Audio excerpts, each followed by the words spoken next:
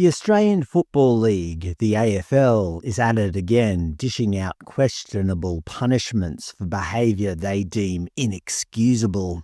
25-year-old Indigenous Australian Adelaide Crows player, Izak Rankine, reportedly will be handed a potentially season-ending ban for allegedly using a homophobic slur aimed at a Collingwood player, specifically a word starting with F and ending in T. For the purposes of this video, I'll be using the word faucet, because if I said the actual word, I'd probably be banned from YouTube for the next 3 years. On Footy Classified, former Collingwood president Eddie McGuire stated, "Izak Rankine's season is over. Tonight the AFL will send a letter to the Adelaide Football Club. I believe it's already arrived. My understanding is he will be suspended for 5 weeks. His season is finished in 2025. For comparison, in April this year, Hawthorn's Connor Nash was suspended for 4 weeks by the AFL tribunal for striking a Geelong player in the head with his arm, leaving the player concussed, who staggered off the field with the help of medical staff. Last month, Richmond player Tom Lynch was banned for 5 weeks for literally punching another player in the face, sending him to the floor. So apparently, an offensive word that may or may not have caused offence is just as dangerous and immoral as physically smashing somebody in the face. This, of course, is not the first time a player has been suspended for saying a naughty word in recent history. In April last year, Port Adelaide's Jeremy Finlayson was suspended for 3 matches for using an unacceptable homophobic slur. A month later, Gold Coast's Will Powell was suspended for 5 matches for, guess what, a homophobic slur. A couple of months later, St Kilda's Lance Collard was banned for 6 matches for, you guessed it, homophobic slurs while playing in the VFL. So that's a greater punishment than if he intentionally smashed somebody in the face with his fist.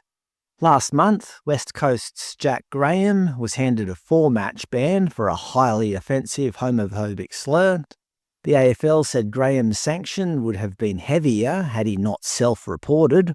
Not to mention, as a part of the sanction, Graham will also undertake Pride in Sport education. Yes, AFL players have to dob themselves in now and submit themselves for re-education. Also last month, Sydney player Riak Andrew was suspended for 5 weeks for a homophobic slur in a VFL match. Not just any old homophobic slur, but a highly offensive homophobic slur. And of course, he will have to undertake Pride in Sport re-education. It seems the AFL have decided that the punitive model is the best approach, even though it clearly isn't working, based on the number of players who keep using forbidden language. Although it seems the AFL's moral compass is a bit off-kilter, the ABC reported last week, rapper Snoop Dogg announced as AFL Grand Final pre-game entertainment. I don't know if you know much about Snoop Dogg, but he's had a rather checkered criminal history and also happily used the same types of slurs that the AFL are ostensibly against. In the AFL's world, it's a moral crime worthy of a season ban if you're a 25-year-old on-field player, but it's a celebration of culture, energy and entertainment if you're a famous rapper with a few Emmy Awards who can bring in millions of dollars of sponsorship. Interestingly, in the AFL, players don't seem to be getting in trouble for calling somebody, say, a dickhead or even a fuckface. It seems only a certain word rhyming with faucet, well, not rhyming with, but you get what I mean, is worthy of these massive, disproportionate punishments. I think the AFL seem to have forgotten what Australian football is all about. It's a full-contact sport full of testosterone-fueled men tackling one another. As with other sports, it's essentially the modern equivalent of the battlefield.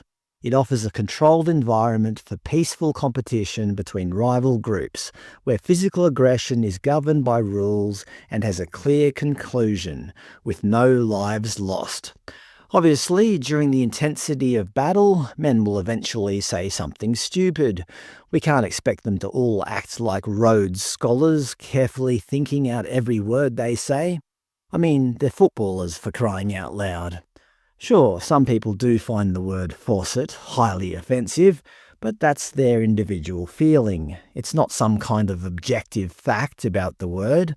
I mean, if somebody randomly called me a faucet, I just wouldn't care. I'd just say, yeah, whatever, mate, and then move on, especially in the context of a hard-hitting football match.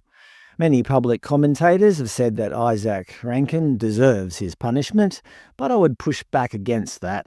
I don't think any words, should be punished so harshly in the context of playing a full contact sport.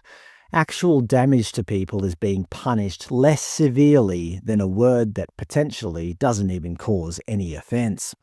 Actually, I'd argue the AFL are giving these words power by imposing such disproportionate bans. They're essentially saying that particular utterances out of your mouth, regardless of whether you meant it, or indeed whether it actually caused offence, is completely indefensible. They act like the very word is some kind of high-caliber bullet. I would argue that if a person is honestly so offended by this word that it is worthy of a greater punishment than actual physical harm, should they be playing such a tough game? Look, I'm not saying it should go unpunished, but a single week for hurtful words would still get the AFL's message across.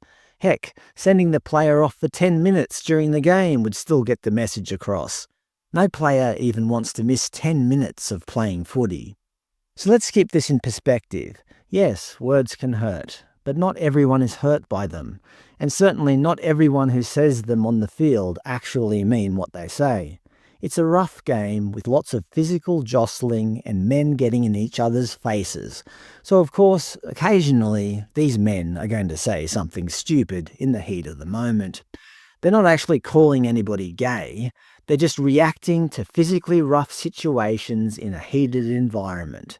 How about we stop giving power to these words by pretending that they're more hurtful than smashing somebody in the face?